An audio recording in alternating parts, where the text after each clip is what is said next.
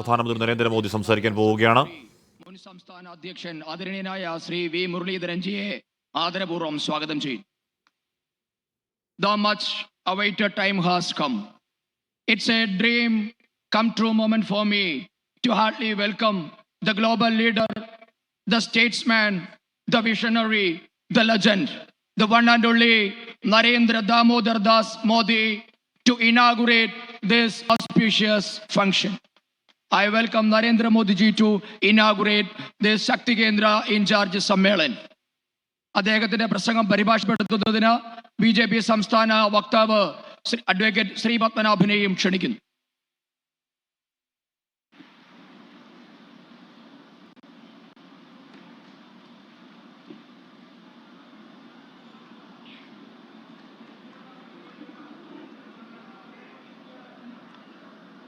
നമസ്കാരം.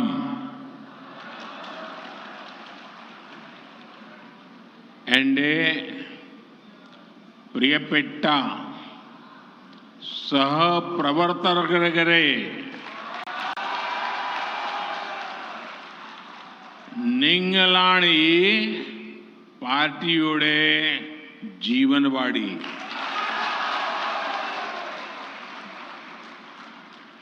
केरला में बीजेपी को सशक्त करने वाले आप सभी कार्यकर्ता साथियों के बीच आना मेरे लिए हमेशा बहुत ही सुखद होता है. विपरीत परिस्थितियों के बावजूद केरला के कोने कोने में कार्यकर्ताओं की अनेक पीढ़ियों ने बीजेपी का झंडा बुलंद रखा है. राजनीतिक हिंसा के बीच भी अपनी विचारधारा और देशभक्ति के प्रति कमिटेड रहने वाली कार्यकर्ताओं की हर पीढ़ी को आज मैं सर झुका करके नमन करता हूं.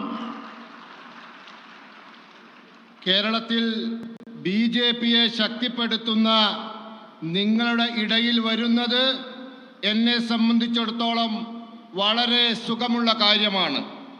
വിപരീത പരിസ്ഥിതിയിലും കേരളത്തിലെ മുക്കിലും മൂലയിലുമുള്ള പ്രവർത്തകരുടെ പല തലമുറകൾ പാർട്ടിയുടെ പതാക ഉയരെ പാറിപ്പിക്കുന്നതിൽ വിജയിച്ചു.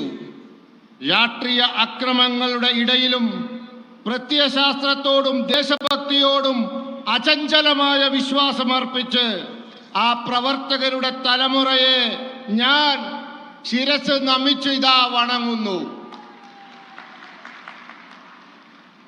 കേരളത്തിലെ എൻ്റെ സഹപ്രവർത്തകരെ, केरला के लोगों का प्रेम, उनका स्नेह हमेशा ही मुझे अभिभूत करता है. कल जिस क्षण में कोच्चि पर उतरा तब से लेकर पूरे रास्ते भर हजारों लोग मुझे अपना आशीर्वाद देने आए.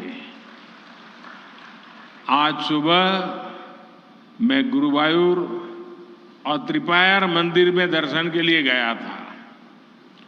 मंदिर के भीतर मैंने जनार्दन के आशीर्वाद की अनुभूति की और मंदिर के बाहर मुझे ईश्वर रूपी जनता जनार्दन के दर्शन हुए. हजारों की संख्या एक बार फिर लोग मुझे आशीर्वाद देने के लिए आए थे. ये मेरा सौभाग्य है. ये भावना अद्भुत है. संगठन की ये शक्ति, केरल के कार्यकर्ताओं का ये परिश्रम वाकई बहुत संतोष देने वाला है. കേരളത്തിലെ ജനങ്ങളുടെ ഇഷ്ടം, പ്രേമം, സ്നേഹം എന്നും എന്നെ അത്ഭുതപ്പെടുത്താറുണ്ട്.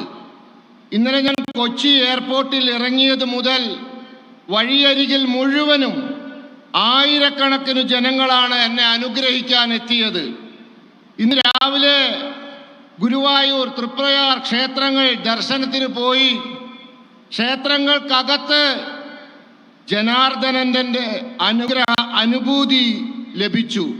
എന്നാൽ ക്ഷേത്രങ്ങളുടെ പുറത്ത് എനിക്ക് ഈശ്വര രൂപം പൂണ്ട ജനാർദ്ദനന്റെ ദർശനവും ലഭിച്ചു. ആയിരക്കണക്കിന് ആളുകളാണ് വീണ്ടും എന്നെ അനുഗ്രഹിക്കാൻ വന്നിരുന്നത്. ഇതെന്റെ സൗഭാഗ്യമാണ്. ഈ വികാരം, ഈ ശക്തി, ഇത് അചിന്തിതമാണ്. ഇത് വളരെ അധികം സന്തോഷം എനിക്ക് നൽകുന്നു. കേരളത്തിലെ എൻ്റെ सहप्रवृत्तगरे केरला बीजेपी के कार्यकर्ताओं का सामर्थ्य कितना बड़ा है, ये हमने कुछ दिन पहले त्रिशूर में हुए नारी शक्ति सम्मेलन में देखा है। मेरा जीवन का बहुत बड़ा हिस्सा तो संगठन के कार्यकर्ता के तौर पर काम करते हुए ही बीता है। इसलिए अपने अनुभव से मैं कह सकता हूं कि इतना विराट सम्मेलन एक मजबूत संगठन ही करा सकता है। ये दिखाता है कि केरला में आप सभी कितनी अधिक मेहनत कर रहे हैं। കേരളത്തിലെ ബിജെപിയുടെ പ്രവർത്തകരുടെ കഴിവ് വളരെ വലുതാണ്. ഇത് കഴിഞ്ഞ ദിവസം തൃശ്ശൂരിൽ നടന്ന സ്ത്രീ ശക്തി സംഗമത്തിൽ കാണാൻ സാധിച്ചു. എൻ്റെ ജീവിതത്തിൻ്റെ വലിയ സമയം ഞാൻ സംഘടനാ പ്രവർത്തകരെന്ന നിലയിൽ പ്രവർത്തിച്ച് ചെലവഴിച്ചതാണ്. അതുകൊണ്ട് തന്നെ അനുഭവത്തിൻ്റെ വെളിച്ചത്തിൽ എനിക്ക് പറയാൻ സാധിക്കും, ഇതുപോലെയുള്ള വലിയ സമ്മേളനം അത് നടത്തണമെങ്കിൽ ഒരു ശക്തമായ സംഘടനയ്ക്ക് മാത്രമേ സാധിക്കൂ എന്ന്. ഇത് നിങ്ങൾ കേരളത്തിൽ എത്ര പരിശ്രമിക്കുന്നു, എത്ര അധികം പരിശ്രമിക്കുന്നു എന്ന് കാണിച്ചു തന്നു. കേരളത്തിലെ എൻ്റെ സഹപ്രവർത്തകരെ बीजेपी आज पूरे देश के हर क्षेत्र, हर वर्ग की पार्टी है। बीजेपी ही एकमात्र पार्टी है जिसके पास तेज विकास का ट्रैक रिकॉर्ड भी है और भविष्य का स्पष्ट विजन भी है। गरीब, महिला, युवा, किसान, मछुआरे, ये समाज के वो चार वर्ग है जिनके सशक्तिकरण से ही विकसित भारत का निर्माण होने वाला है। ये बीजेपी है जो गरीब कल्याण को सर्वोच्च प्राथमिकता देते हुए काम कर रही है। हमने गरीबों को मुफ्त राशन देने वाली योजना शुरू की और अब इसे 5 साल के लिए आगे बढ़ाया है। हमने गरीबों को मुफ्त इलाज की सुविधा दी, गरीबों को पक्के घर दिए, मुफ्त गैस कनेक्शन दिया। ऐसी योजनाओं से गरीबों का जीवन आसान हुआ है। बीजेपी ഇന്ന് രാജ്യത്തെ എല്ലാ പ്രദേശത്തിലും എല്ലാ വിഭാഗങ്ങളുടെയും പാർട്ടിയാണ്. ബിജെപി മാത്രമാണ് വേഗത്തിലുള്ള വികസനത്തിന്റെ ചരിത്രവും അതോടൊപ്പം ഭാവിയെ പറ്റി കൃത്യമായ കാഴ്ചപ്പാടുമുള്ളത്. പാവങ്ങൾ, സ്ത്രീകൾ, യുവാക്കൾ, കൃഷിക്കാർ, തൊഴിലാളികൾ എന്നിവർ ആ വിഭാഗങ്ങളാണ്. ആരെയാണോ ശക്തിപ്പെടുത്തേണ്ടത്, എങ്ങനെയാണോ വികസിത ഭാരതം സാധ്യമാവേണ്ടത്, അതിനാരെയാണോ ശക്തിപ്പെടുത്തേണ്ടത്, അതിവരാണ്. പാവങ്ങളുടെ ക്ഷേമത്തിന് വളരെ പ്രാധാന്യം നൽകുന്ന പാർട്ടിയാണ് ബിജെപി.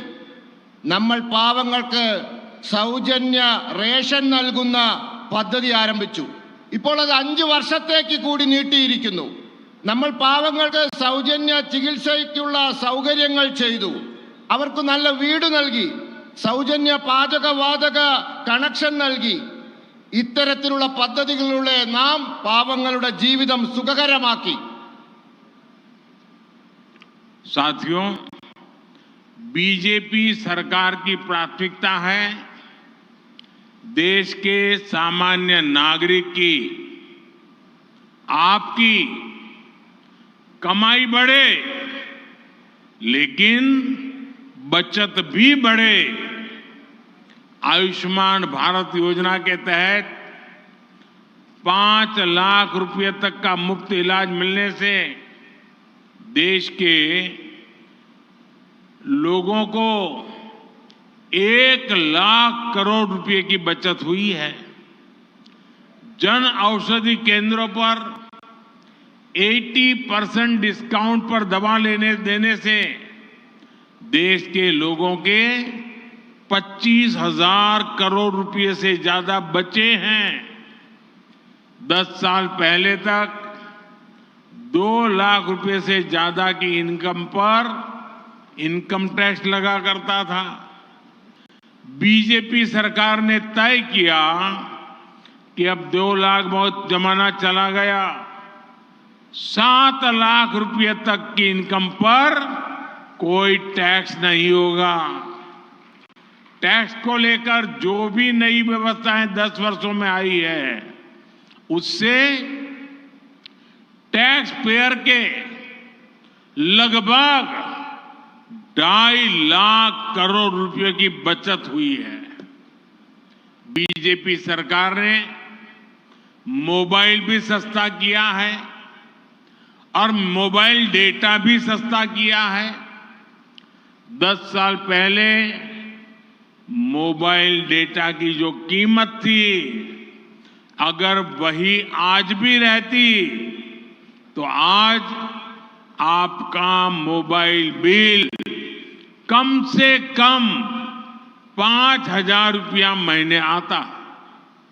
आज बीजेपी की सरकार की वजह से देश के लोगों को हर महीने मोबाइल बिल पर 4,500 रुपया हर व्यक्ति का जो मोबाइल का उपयोग करता है 4,500 रुपये की बचत हो रही है।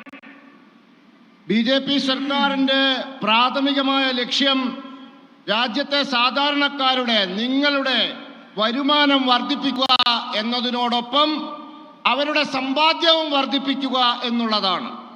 ആയുഷ്മാൻ ഭാരത് പദ്ധതിയിലൂടെ 5 ലക്ഷം രൂപ വരെയുള്ള ചികിത്സ സൗജന്യമായി ലഭിക്കുന്നതിലൂടെ രാജ്യത്തിലെ സാധാരണക്കാർക്ക് 1 ലക്ഷം കോടി രൂപയുടെ ലാഭമുണ്ടായിട്ടുണ്ട്.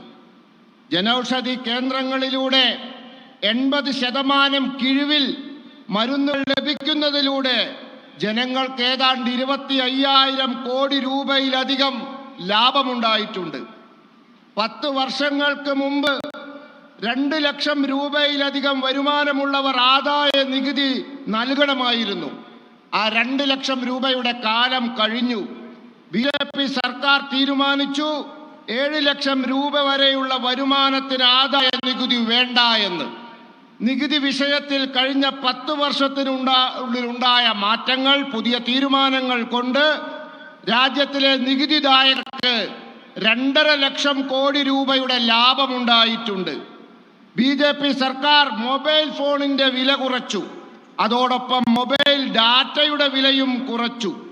10 വർഷം മുമ്പുള്ള മൊബൈൽ ഡാറ്റയുടെ വിലയാണ് ഇന്നുണ്ടായിരുന്നെങ്കിൽ നിങ്ങളുടെ മൊബൈൽ ഡാറ്റയുടെ ബില്ല് ഒരു മാസം ഏറ്റവും ചുരുങ്ങിയത് 5,000 രൂപയാവുമായിരുന്നു. ഇന്ന് ബി.ജെ.പി. സർക്കാർ കാരണം ഓരോ വ്യക്തിക്കും 4,000 മുതൽ 4,500 രൂപ വരെയുള്ള തുകയുടെ ലാഭം ഓരോ മാസവും മൊബൈൽ ബിൽ ഇനത്തിൽ ലഭിക്കുന്നുണ്ട്. साथियों, बीजेपी सरकार की स्पष्ट नीति और निर्णयों का सकारात्मक असर आज देश में दिख रहा है।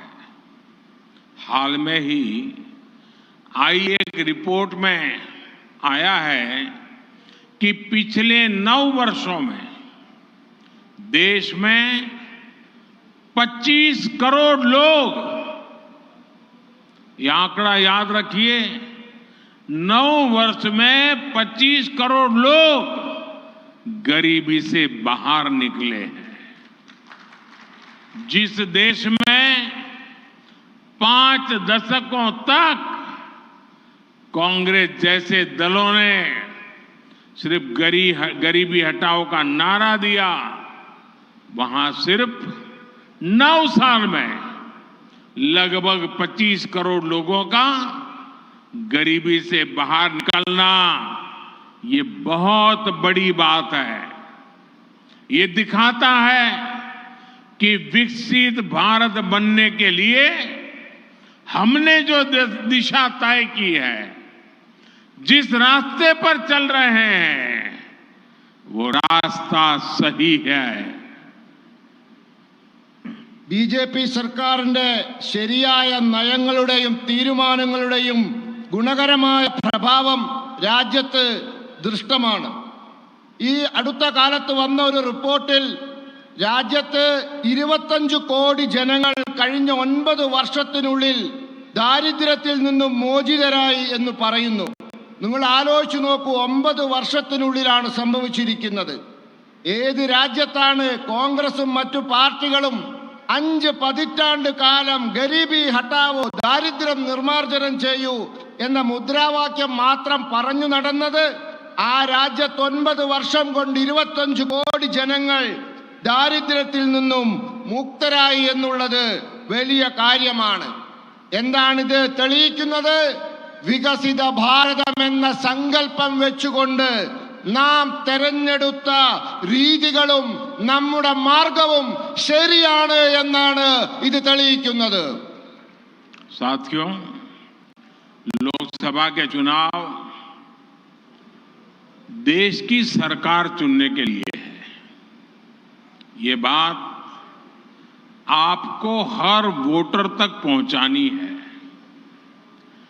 भारत सरकार की एक बड़ी जिम्मेदारी देश की सुरक्षा और दुनिया में भारत की भूमिका को सशक्त करने की होती है। हमें वोटरों को ये बताना चाहिए कि 10 वर्ष पहले तक जब देश में एक कमजोर और अस्थिर सरकार थी, तो आए दिन आतंकी हमले होते थे। इसका सीधा असर हमारे निवेश पर पड़ता था और विदेशों में काम करने वाले हमारे देशवासियों पर पड़ता था। हमें उन्हें बार बार बताना होगा कि एलडीएफ, यूडीएफ का इतिहास किस तरह घोटालों का रहा है, भ्रष्टाचार का रहा है। आज भारत को दुनिया विश्व मित्र के रूप में देख रही है। पूरी दुनिया में भारत और भारतीयों का गौरव नई बुलंदी पर है। इसका बेहतरीन उदाहरण गल्फ देशों के साथ हमारे संबंध है। आज गल्फ के देशों से भारत के संबंध इतिहास के सबसे मजबूत दौर से गुजर रहे हैं। गल्फ के देशों में भारतीयों का सम्मान भी बढ़ा है, उनके लिए अवसर भी बढ़े हैं और उन्हें सुरक्षा का भरोसा भी मिला है। കേരളത്തിലെ എൻ്റെ സഹപ്രവർത്തകരെ, ലോകസഭാ തെരഞ്ഞെടുപ്പ് രാജ്യം ഭരിക്കേണ്ട സർക്കാരിനെ തിരഞ്ഞെടുക്കാനുള്ളതാണ്. ഈ കാര്യം നിങ്ങൾ എല്ലാ വോട്ടർമാരെയും പറഞ്ഞു മനസ്സിലാക്കേണ്ടതാണ്. ഭാരത സർക്കാരിന്റെ ഒരു വലിയ ഉത്തരവാദിത്വം രാജ്യത്തിന്റെ സുരക്ഷയും അതോടൊപ്പം ലോകത്ത് ഭാരതത്തിന്റെ പങ്ക് ശക്തിപ്പെടുത്തുക എന്നുള്ളതുമാണ്. നമ്മൾ സമ്മതിദായകരെ പറഞ്ഞു മനസ്സിലാക്കേണ്ട ഒരു കാര്യമുണ്ട്. 10 വർഷങ്ങൾക്ക് മുമ്പ് രാജ്യത്ത് ദുർബലവും അസ്ഥിരവുമായ സർക്കാരായിരുന്നു എന്ന്. രാജ്യത്ത് തീവ്രവാദി ആക്രമണമുണ്ടായപ്പോൾ അതിൻ്റെ പ്രഭാവം നമ്മുടെ നിക്ഷേപങ്ങളിലും വിദേശങ്ങളിൽ ജോലി ചെയ്യുന്ന നമ്മുടെ രാജ്യക്കാരിലും ഉണ്ടായിരുന്നു. നമുക്ക് അവരോട് ആവർത്തിച്ച് പറയണം, LDFിൻ്റെയും UDFിൻ്റെയും ചരിത്രം അഴിമതിയുടെയും കുംഭകോണങ്ങളുടെയും ആണെന്ന്.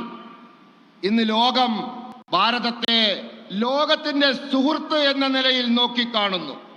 സമ്പൂർണ്ണ ലോകത്തിലും ഭാരതത്തിൻ്റെയും ഭാരതീയരുടെ അഭിമാനം പുതിയ ഉയരങ്ങളിലെത്തിയിരിക്കുന്നു. ഇതിൻ്റെ വലിയ ഉദാഹരണം ഗൾഫ് രാജ്യങ്ങളുമായുള്ള നമ്മുടെ ബന്ധത്തിൽ കാണാവുന്നതാണ്. ഇന്ന് ഗൾഫ് രാജ്യങ്ങളുമായുള്ള നമ്മുടെ ബന്ധം ചരിത്രത്തിൽ ഏറ്റവും ശക്തമായ ഘട്ടത്തിലൂടെ കടന്നുപോയിക്കൊണ്ടിരിക്കുകയാണ്. ഗൾഫ് രാജ്യങ്ങളിൽ ഇന്ത്യക്കാരോടുള്ള ബഹുമാനം വളരെ വർദ്ധിച്ചിരിക്കുന്നു. അവർക്കുള്ള അവസരങ്ങൾ കൂടിയിരിക്കുന്നു. അവർക്കുള്ള സുരക്ഷാ ബോധവും വർദ്ധിച്ചിരിക്കുന്നു.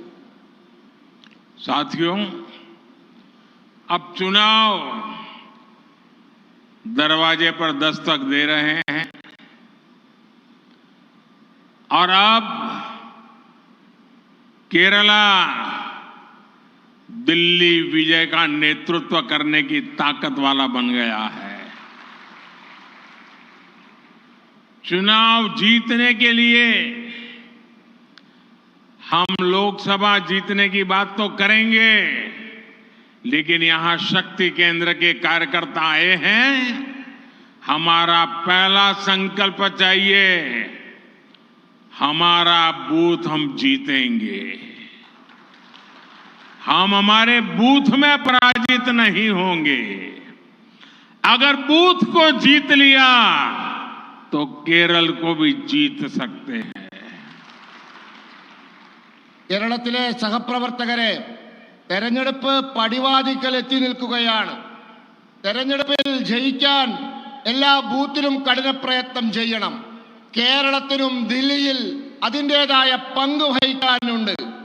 നമ്മൾ ബൂത്തിൽ ജയിക്കണം. എല്ലാ ബൂത്തിലും നാം ജയിച്ചാൽ നമുക്ക് കേരളവും നമുക്ക് ജയിക്കാൻ സാധിക്കും. അതുകൊണ്ട് കേരളം ജയിക്കാൻ നിങ്ങളുടെ ബൂത്തിൽ നിങ്ങൾ ജയിക്കണം. और इसलिए चुनाव जीतने के लिए आपको हर बूथ पर, हर मतदाता पर ध्यान केंद्रित करना है, भरपूर मेहनत करनी है और हर शक्ति केंद्र पर मेहनत करनी है। आपके शक्ति केंद्र में जो भी लाभार्थी है, उनसे आपका मिलना हो, आप उनको नाम से बुलाएं, उनके परिवार तक आप जाएं, इसको आप सबसे पहले प्राथमिकता दीजिए। आपके पास अपने क्षेत्र के सभी लाभार्थियों की लिस्ट जरूर होनी चाहिए।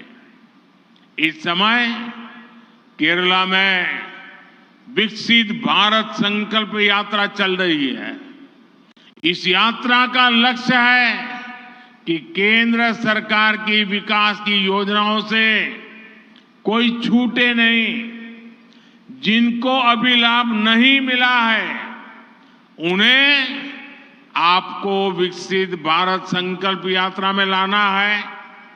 मोदी की गारंटी वाली गाड़ी तक पहुंचाना है। और मोदी की गारंटी यानी गारंटी के पूरा होने की गारंटी। ये बात हर वोटर तक आप सब साथी पहुंचाएंगे, ये मेरा विश्वास है।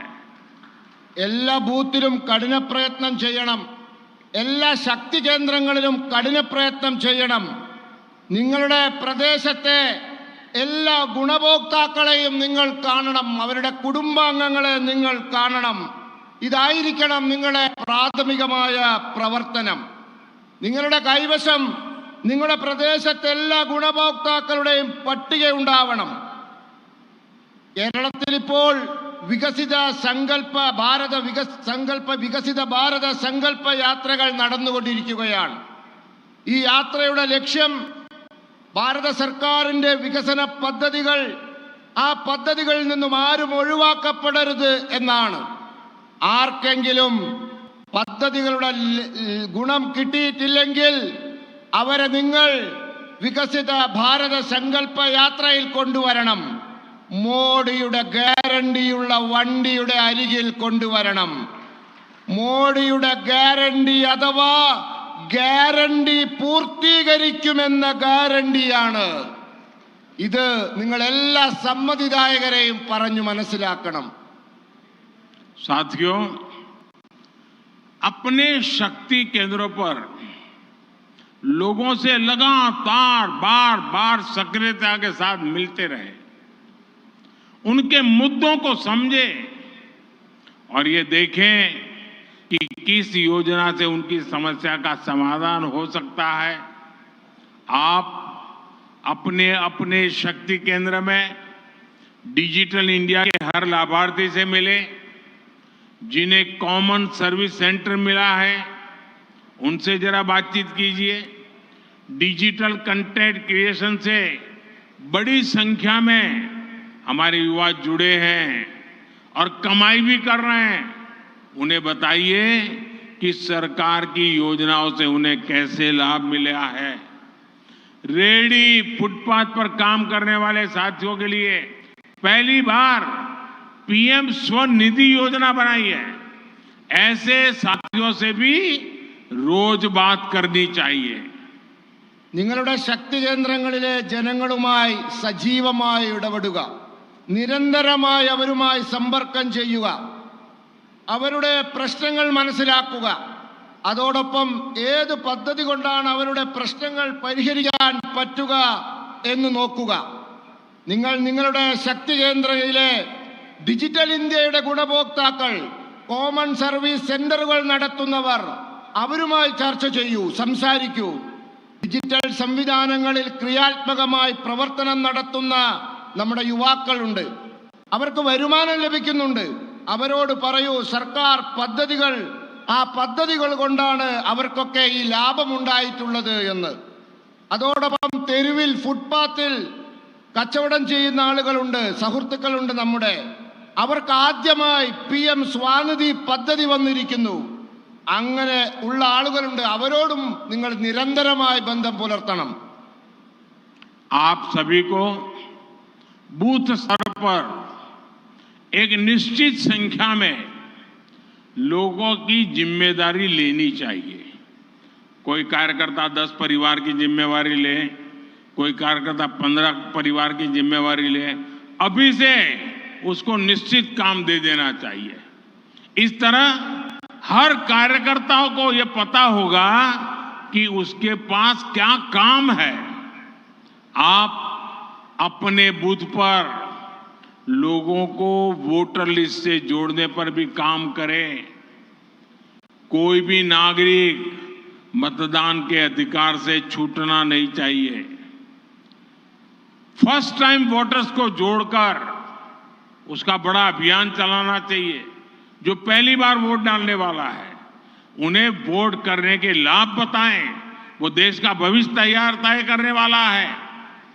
आप सभी ये जरूर निश्चित करें कि हर पात्र व्यक्ति उसका वोटर लिस्ट में नाम अवश्य होना चाहिए.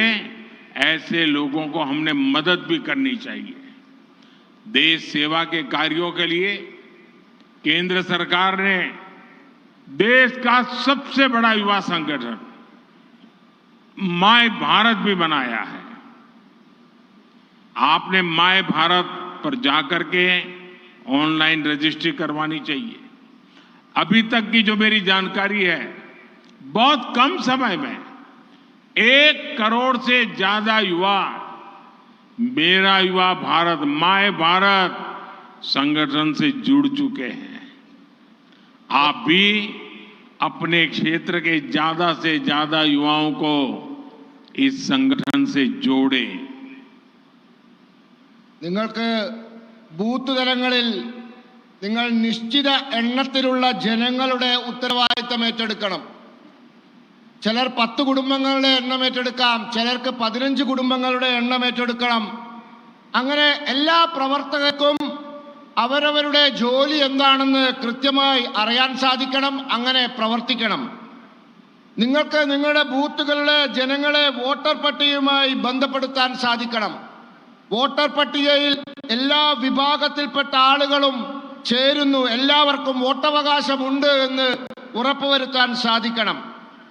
നിങ്ങൾ ആദ്യമായി വോട്ട് ചെയ്യാൻ പോകുന്ന കന്നി വോട്ടർമാരുമായി ബന്ധപ്പെടണം. വോട്ട് ചെയ്യുന്നതിൻ്റെ ഗുണത്തെപ്പറ്റി അവരെ പറഞ്ഞ് ബോധ്യപ്പെടുത്തണം. അതിന് അവരെ നിങ്ങൾ സഹായിക്കണം. നിർബന്ധമായിട്ടും ആരും വോട്ടർ പട്ടികയിൽ നിന്ന് ഒഴിവായി പോയിട്ടില്ല എന്ന് ഉറപ്പുവരുത്തണം.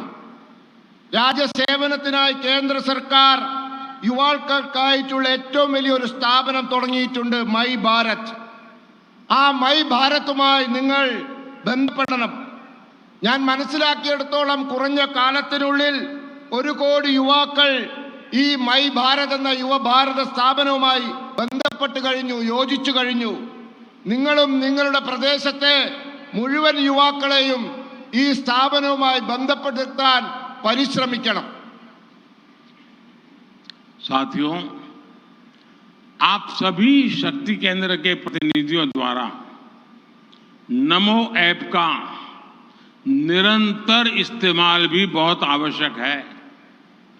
नमो ऐप पर आपको ऐसी अनेकों जानकारियां मिलती रहेगी जो आपको, वोटर्स को जागरूक करने में मदद करेगी।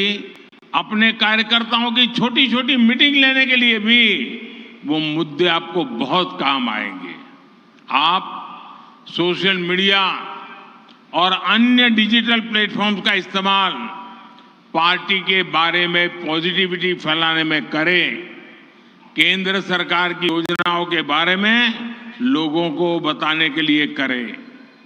आप इन सोशल प्लेटफॉर्म से अपने क्षेत्र के लोगों तक सीधे पहुंच पाएंगे।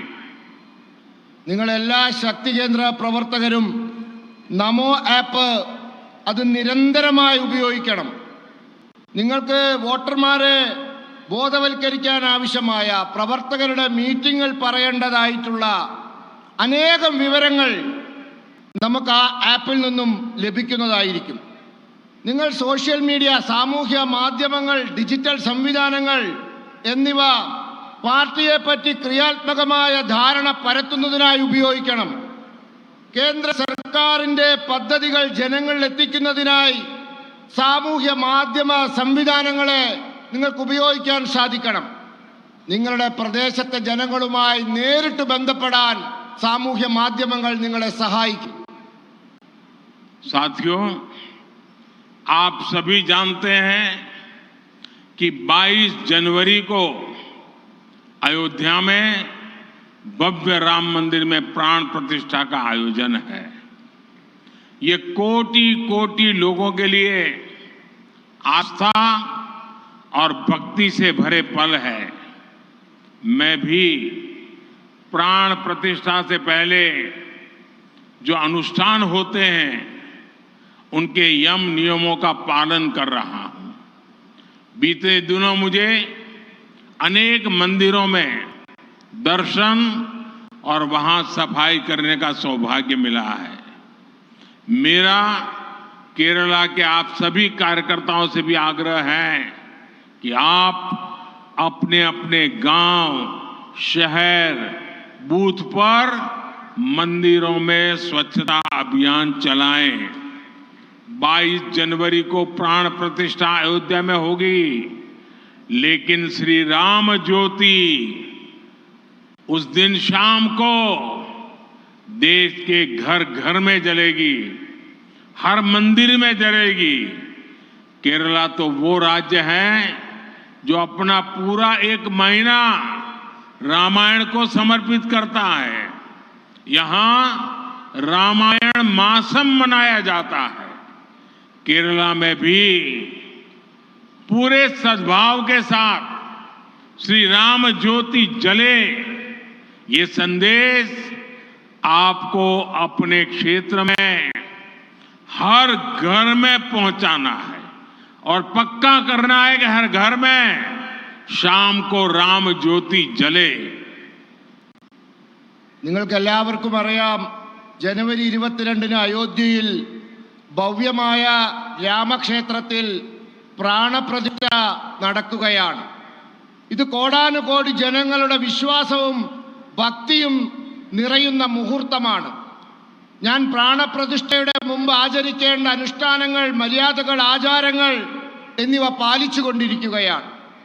കഴിഞ്ഞ ദിവസങ്ങളിൽ എനിക്ക് അനേകം ക്ഷേത്രങ്ങൾ ദർശിക്കാൻ സാധിക്കുകയും അവിടെയൊക്കെ വൃത്തിയാക്കുവാനുള്ള സൗഭാഗ്യം ലഭിക്കുകയും ഉണ്ടായി.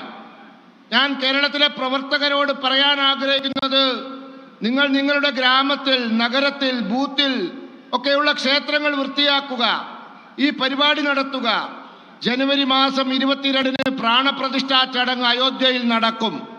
എന്നാൽ ശ്രീരാമ ജ്യോതി രാജ്യത്തെ എല്ലാ വീട്ടിലും, എല്ലാ ക്ഷേത്രങ്ങളിലും നമുക്ക് തെളിയിക്കണം. കേരളം എന്ന് പറയുന്നത് ഒരു മാസം മുഴുവൻ രാമായണത്തിന് വേണ്ടി സമർപ്പിക്കുന്ന ഒരു പ്രദേശമാണ്. ഇവിടെ രാമായണ മാസം ആചരിക്കുന്നുണ്ട്. കേരളത്തിലെ എല്ലാ പ്രദേശങ്ങളിലും, എല്ലാ വീട്ടിലും, ക്ഷേത്രങ്ങളിലും സമ്പൂർണ്ണ ഭക്തിയോടുകൂടി ശ്രീരാമ ജ്യോതി തെളിയിച്ച് നാം ആ ദിവസം ആഘോഷിക്കണം. ഈ സന്ദേശം നിങ്ങൾ എല്ലാ വീടുകളിലും, എല്ലാ പ്രദേശത്തും, എല്ലാ വ്യക്തിയിലും 22-ന് രാമജ്യോതി തെളിയിക്കേണ്ട ഈ സന്ദേശം എത്തിക്കണം. मैं केरल की जनता के सामर्थ्य को जानता हूं, देश के उज्जवल भविष्य के लिए काम करने का केरल के लोगों का मिजाज भी जानता हूं. मेरा उन पर बहुत भरोसा है. वैसे ही मुझे केरला के हर कार्यकर्ता पर उतना ही भरोसा है. आप चुनौतियों से तप करके निकले हुए कार्यकर्ता है, इसलिए केरला की जनता का भरोसा जीतने में आप जरूर सफल होंगे. और मैं फिर एक बार संगठन की शक्ति को प्रणाम करते हुए आप सबको बहुत बहुत शुभकामनाएं देता हूं. കേരളത്തിലെ ജനങ്ങൾ, പ്രവർത്തകരെ, ആ പ്രവർത്തകരുടെ കഴിവിൽ എനിക്ക് നല്ല വിശ്വാസമുണ്ട്. രാജ്യത്തിന് വേണ്ടി പ്രവർത്തിക്കാൻ നല്ല കഴിവുള്ള ആളുകളാണ് നിങ്ങൾ. അതുകൊണ്ട് തന്നെ നിങ്ങളുടെ കഴിഞ്ഞ കാല പ്രവർത്തനങ്ങളിൽ എനിക്ക് നിങ്ങൾക്ക് കാണാൻ സാധിച്ച നിങ്ങളുടെ കഴിവിൻ്റെ വെളിച്ചത്തിൽ തന്നെ പറയാൻ സാധിക്കും, കേരളത്തിലെ ജനങ്ങളുടെ വിശ്വാസം നേടുന്നതിൽ നിങ്ങൾ നിശ്ചയമായും വിജയിക്കുക തന്നെ ചെയ്യുമെന്ന്. അതുകൊണ്ട് എല്ലാവർക്കും ഞാൻ ഇതാ ആശംസകൾ നേരുന്നു. मेरे साथ बोलिए, दोनों हाथ ऊपर करके पूरी ताकत से बोलिए, भारत माता की. രണ്ട് കൈയും മുകളിലേക്ക് ഉയർത്തിപ്പിടിച്ച് എന്നോടൊപ്പം വിളിക്കൂ, भारत माता की. ജയ്, भारत माता की. ജയ്, भारत माता की. ജയ്, भारत माता की. ജയ്, भारत माता की. ജയ്. वंदे മാതരം, वंदे മാതരം, वंदे. മാതരം. बहुत बहुत धन्यवाद.